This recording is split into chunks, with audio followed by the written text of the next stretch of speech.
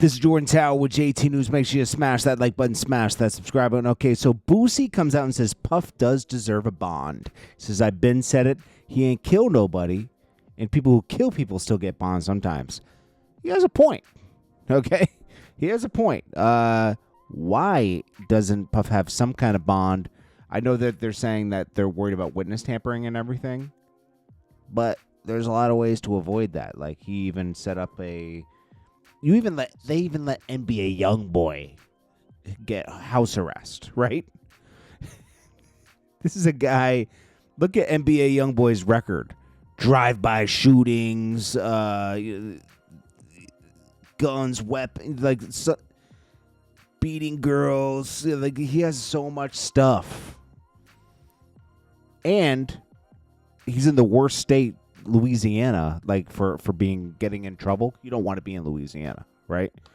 Man, I Puff should get a bond. It's almost makes it like a conspiracy almost against him. And then who's in a RICO by themselves, you know?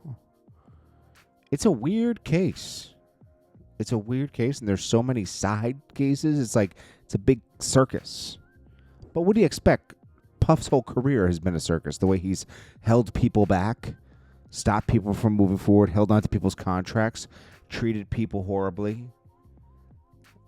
Sometimes you got to think like, damn, he did so much that I think it just caught up to him, you know?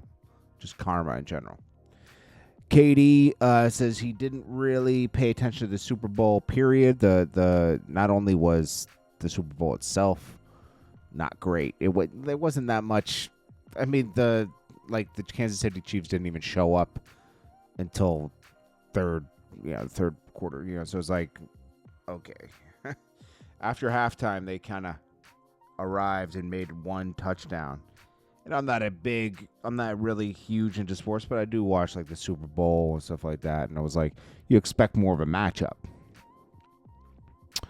The Eagles totally, they put him in the dirt. But he says he really didn't watch the performance. Yeah, there was some the hidden messages people were looking for. They're not hidden. You know, when he was talking about 40 acres and a mule, we all remember learning that in school, or at least I did. You know, not every school teaches that, but you know, it's just things that were promised that didn't. You know, like it's just a. It's a message. But that's what Kendrick Lamar's always been on, delivering a message. So, that wasn't shocking to me at all. Like, that's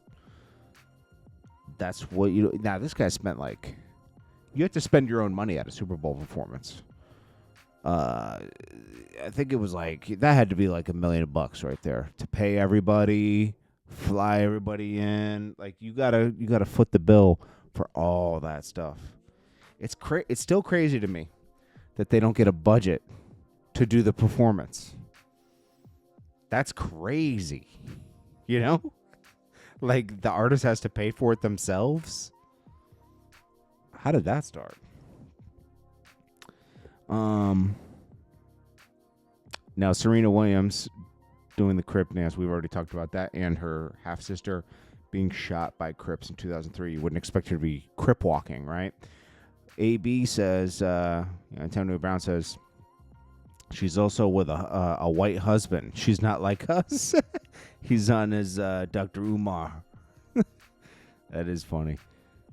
You know, I was going to put this in the later subject, but didn't you notice that Gucci Mane or Jeezy didn't even welcome Big Meech home or have a package for him?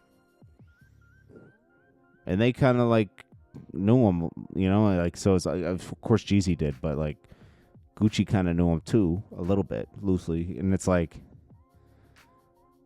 you don't see anybody really coming and giving Big Meech anything, which makes me think that there's all this. I mean, well, it doesn't make me think. I know there's questions about how much of a stand-up guy he did. He didn't directly tell on anybody. It's called third party.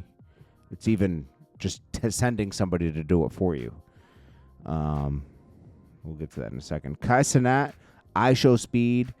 We're at Cardi B's Super Bowl party, and also Tyla.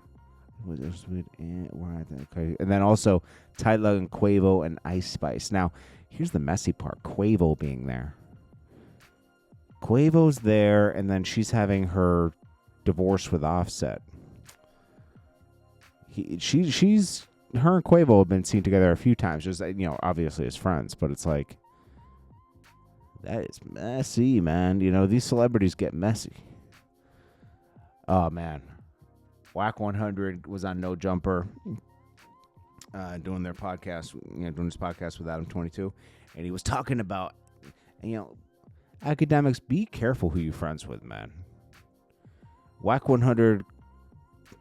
They always say, and I'm not calling him the devil, but the devil comes to you as a friend. Always remember that. The devil comes to you as a friend. So, yeah. Why would you, if you're telling confident things to Wack 100, and he's on there saying, oh, yeah, Academics was going to delete himself. That's crazy. He says Academics was going through so much that he was thinking about deleting himself or just, leaving media altogether. That's great, bro. I'm not going to get into it, but that's just like, whoa, bro. Like, who needs friends like this? This is like a frenemy. You got to be careful, man. A$AP Rocky, his manager, testifies. This is reported by Megan Kuniff, who did all the Meg Thee Stallion stuff. She says A$AP Rocky's tour manager, Lou Levin, testified today that the Glock 43 magazine found in Rocky's home was actually his. Levin doesn't own a Glock 43, but testified he mistakenly bought the magazine for his Glock 42, then left it at Rocky's home. I mean, that does make sense. They look exactly alike. If you own a Glock, it's just like, it's possible. Did he leave it at Rocky's home? I don't know. Would they want a clip just in the house? I don't know. But this is another circus of a case here. It's like A$AP Rocky looks like he was out for a money play. It's obvious when he took the stand, and it's just A$AP Rocky obviously shouldn't have been engaging in this, right? And he shouldn't have brought even if it was a prop gun, to this situation. It's just, come on, man. It's crazy. Snoop Dogg declares Kendrick the GOAT after the Super Bowl performance. Of course he does. He has to triple down after it looked like he backstabbed his ghost with his Drake comments. And Kendrick even called him out on GNX. Remember? So it's like, You got to this. You got this guy, what's his name? Terrence Gangsta Williams commenting on Meech snitching. Bro, you're a snitch. How is this possible that this guy... See, this is what's going to end up happening with Big Meech, too. He's going to get, once he starts learning social media and everything, you're going to see him on social media all the time. He loves attention, Big Meech, right? This is a guy, if you look at his history and watch interviews with people, he switched like gangs all the time. Like he wanted to be affiliated with gangs. He wanted to be and I know people like this. These are called shapeshifters, okay? Even though he was Big Meech and probably the ultimate hustler when it came to moving weight with his brother, right? When he was doing and they had two different crews, right? Their crew split between him and Terry. I mean, Meech was like a Crip at one point. He was a Blood. He was he wanted to be a GD. It's like Blue Da Vinci says he took the Crip in so hard that he wouldn't let people have red cups or red lighters in the house. I mean, that's insane. That's somebody that like is trying to take it too far. Like I would only expect a real Crip to act like that. And the Bloods, bigger back being boo than once they sees. It's like, God, Blue Da Vinci's commenting on it when he took a safety valve. He is sticking up for Cuffy, though. And Cuffy seemed to... This is why you got to be careful of people. Okay. This should be a life lesson for anybody. Say you have a friend and you want to help them out. If they're in a spot where it seems like they're in a desperation spot, someone's character can change completely when they're desperate. And that's what I believe here with Big Meech. He was desperate. He'd never been locked up with 20 years, you know. Probably never thought he was going to get caught up, you know. So look at this. I mean, he's in there, and maybe he tried to devise a plan to get out of his situation, you know. And in fact, it's pretty obvious that that's what happened, you know. So when you read through paperwork and stuff, which I guess I'll have to do later, you know, I'll have to point out certain things. It's out there for you to look at. I'll read through it again.